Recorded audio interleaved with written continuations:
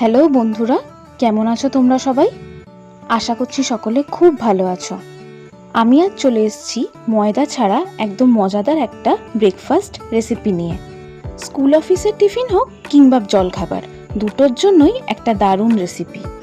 চলো তাহলে দেরি না করে চটপট বানিয়ে ফেলা যাক। প্রথমে আমি একটা পাত্রে প্রায় 2 বাটি আটা নিয়েছি। তারপর একটু জোয়ান আর স্বাদ মতো নুন এতে দিয়ে দিলাম। জোয়ান দিলে টেস্টটা খুব ভালো আসবে, তাই তোমরা এটাকে স্কিপ করো না। তারপর নুন আর জোয়ানটা আটার সাথে মিশিয়ে অল্প অল্প করে জল দিয়ে একটা সফট ডো বানিয়ে নেব। এখানে খেয়াল রাখতে হবে ডোটা যেন নরম হয়। আমরা যেমন রুটি পরোটার জন্য ডো মাখি তার থেকে একটু নরম করেই মাখতে হবে। ডোটা মাখা হয়ে গেলে ঢাকা দিয়ে একটু রেস্টে রেখে দেবো, ততক্ষণ আমি বাকি প্রিপারেশনগুলো করে নেব। আর তোমরা যারা আমার এই ভিডিওটা ফার্স্ট টাইম দেখছো তারা আমার চ্যানেলটা সাবস্ক্রাইব করে আমার পাশে থেকো। এরপর আমি একটা ফ্রাইং প্যান নিয়ে নিয়েছি আর তাতে সামান্য কিছুটা সর্ষের তেল দিয়ে দিলাম, ওই প্রায় 2 চামচ মতো। তোমরা চাইলে এখানে সাদা তেলও ব্যবহার করতে পারো।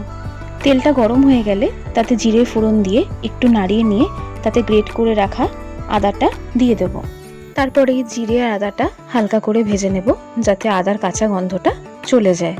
এরপর সামান্য নাড়িয়ে চাড়িয়ে তাতে একটা পেঁয়াজ কুচি আর 2টো কাঁচা লঙ্কা কুচি দিয়ে হালকা করে ভেজে নেব। তোমরা যারা রেসিপিটা একদম নিরামিষ করতে চাইছো তারা চাইলে এখানে পেঁয়াজটা নাও দিতে পারো। তারপর কাঁচা লঙ্কা আর পেঁয়াজটা অ্যাড করে কিছুক্ষণ নাড়িয়ে নিয়ে তাতে আমি একটা মিডিয়াম সাইজের গাজর, যেটা আমি আগে থেকে গ্রেট করে রেখেছিলাম, সেটা এর মধ্যে দিয়ে দেব। তারপর এতে আমি স্বাদ মতো নুন, একটু হলুদ আর অল্প লঙ্কা গুঁড়ো দিয়ে দিলাম। এখানে তোমরা চাইলে তোমাদের পছন্দ মতো সবজি যেমন বিনস, ক্যাপসিকামও অ্যাড করতে পারো। মিডিয়াম টু হাই ফ্লেমে একটু নেড়েচেড়ে নেব যতক্ষণ না সবজিগুলোর কাঁচা ভাবটা চলে যাচ্ছে। এরপর এতে 2টো সেদ্ধ আলু দিয়ে দেব। আলুটা এরকম একটু গ্রেট করে দিচ্ছি, তোমরা চাইলে হাতের সাহায্যে স্ম্যাশ করেও দিতে পারো। এরপর লো টু হাই ফ্লেমে আলুটা সব কিছুর সাথে খুব ভালো করে মিশিয়ে নেব। বেশ কিছুক্ষণ এরকম রান্না করার পর ঠিক এরকম ফর্মে চলে আসলে বুঝতে হবে যে পুরটা পুরোপুরি রেডি হয়ে গেছে। পুরটা রেডি হয়ে গেলে গ্যাসটা অফ করে পুরটাকে আমি একটা পাত্রে ঢেলে রেখে দেব ঠান্ডা করার জন্য। এখানে মনে রাখতে হবে পুরটা কিন্তু ঠান্ডা করেই ব্যবহার করতে হবে, গরম অবস্থায় কিন্তু পুরটা ব্যবহার করা যাবে না। এবার অপর দিকে আমি আটার ডোটা দেখে নেব। সেটাকে আরও একটু মেখে তার থেকে রুটির থেকে একটু ছোট সাইজের মাপের লেচি কেটে নেব। আমি এখানে প্রায় 2 বাটি আটা নিয়েছিলাম, তাই আমার এখানে প্রায় 6টা মতো লেচি হয়েছে।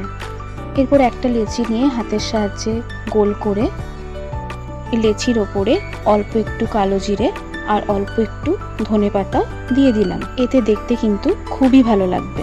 তারপর ওপর থেকে অল্প আটা ছিটিয়ে লুচির সাইজের মতো করে বেলে নেব। এখানে মনে রাখতে হবে মাঝখানটা একটু মোটা হবে আর ধারটা পাতলা হবে, ঠিক এরকম।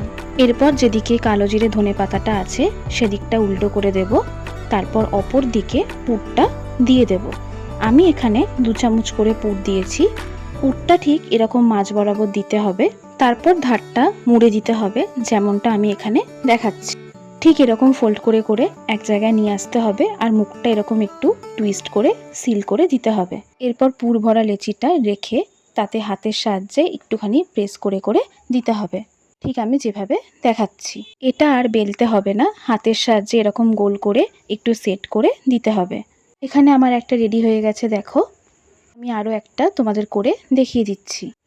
এভাবে হাতের সাহায্যে প্রেস করলে পুর বেরিয়ে যাওয়ার কোনো সম্ভাবনা থাকে না, আর এইভাবে সময়টাও একটু হলেও কম লাগে। দেখো আমি আবারও একটা বেলে নিয়ে তাতে 2 চামচ মতো পুর দিয়ে সাইডটা এভাবে ফোল্ড করে নিচ্ছি। সাইডটা ফোল্ড করে মাঝখানটা টুইস্ট করে এভাবে মুখটা আমি সিল করে দিচ্ছি। তারপর আবারও একইভাবে হাতের সাহায্যে প্রেস করে এটাকে সেট করে নেব। এইভাবে আমার সবকটাই রেডি হয়ে গেছে, তোমরা দেখতেই পাচ্ছ। এরপর আমি এগুলোকে স্যালো ফ্রাই করে নেব। এরপর ফ্রাইং প্যানটা ভালোভাবে গরম করে নিয়ে তাতে প্রথমে আমি 2টো করে আলুর এই পুরিগুলো দিয়ে দেব। মিডিয়াম ফ্লেমে একটা দিক হওয়ার জন্য কিছুক্ষণ রেখে উল্টে দিয়ে অপর সাইডটাও সেঁকে নেব। এইভাবে শুকনো অবস্থায় 2 পিস যদি এভাবে একটু সেঁকে নেওয়া যায় তাহলে তেলটা কিন্তু খুবই কম লাগে। 2 সাইডটা এরকম হালকা সেঁকা হয়ে গেলে এরপর আমি এতে 1 চামচ সাদা তেল দিয়ে দেবো। তোমরা কিন্তু চাইলে এটা তেল ছাড়াও রেডি করে নিতে পারো, তাতেও কিন্তু এটা খেতে খুবই ভালো লাগবে। এরপর 2 সাইডটা এরকম গোল্ডেন করে ভেজে নিলেই রেডি এই মজাদার জলখাবারের রেসিপিটা। ভাজাটা সম্পূর্ণ লো টু মিডিয়াম ফ্লেমে করতে হবে, না হলে ভেতরটা ভালোভাবে কুক হবে না। এইভাবে আমি সবকটা ভেজে নেব। দেখো ধনেপাতা আর কালো জিরে দেওয়াতে দেখতে কত সুন্দর লাগছে। তোমরা এই রেসিপিটা একবার ট্রাই করে দেখো, আশা করি তোমাদেরও সকলের খুব ভালো লাগবে। আর রেসিপিটা যদি ভালো লাগে তাহলে কমেন্ট বক্সে জানাতে ভুলো না কিন্তু। সকলে ভালো থেকো, আজ তাহলে আসি, টাটা।